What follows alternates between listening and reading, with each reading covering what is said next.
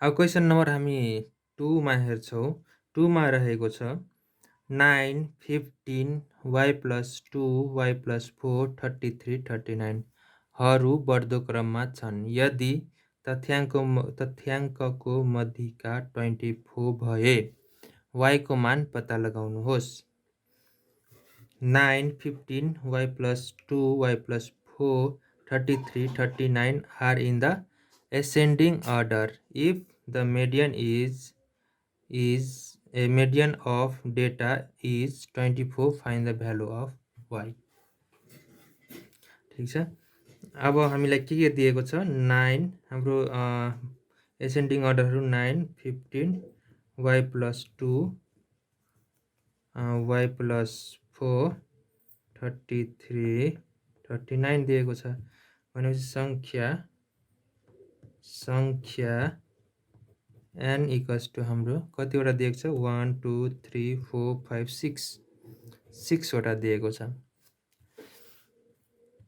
त्यसै गरी मध्यिका पर्ने स्थान इक्वल्स टु फर्मुला छ n plus 1 डिभाइड बाई 2। यो औपद हुन्छ। अब n हाम्रो 6 रहेको छ प्लस 1 डिभाइड बाई 2 औपद। त्यसै गरी 7 डिभाइड बाई 2 इक्वल्स टु 3.5 औपद। भनेपछि यो केमा आयो एन्सर पोइन्टमा आएको छ। पोइन्टमा आएको छ भने 3 र 4 को बिचमा पर्यो यो 3.5 भनेपछि 3 मा के रहेको छ 1 2 3 रहेछ y plus 2 र 4 मा रहेको छ y plus 4 भनेपछि यो डिभाइड बाई 2 गर्छौँ। अब मध्यिका इक्वल्स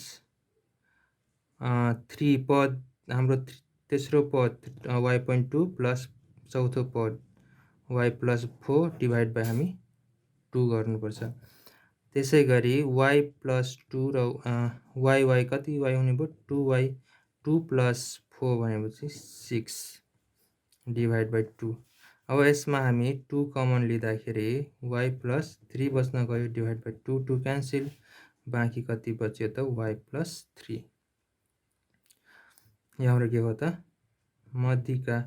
अब मध्यिका इक्वल्स टु हामीलाई क्वेसनले दिएको छ। क्वेसनले कति भनेको छ भन्दाखेरि मध्यिका इक्वल्स टु 24 भनेपछि हामी मध्यिकाको ठाउँमा 24 पनि लेख्न सक्छौँ। 24 इक्वल्स टु y plus 3। अब यो जुन 3 छ 3 यो साइड आउँदाखेरि 4 minus 3 हुन्छ प्लस छ y भनेपछि y इक्वल्स टु 21 हाम्रो के भयो त एन्सर।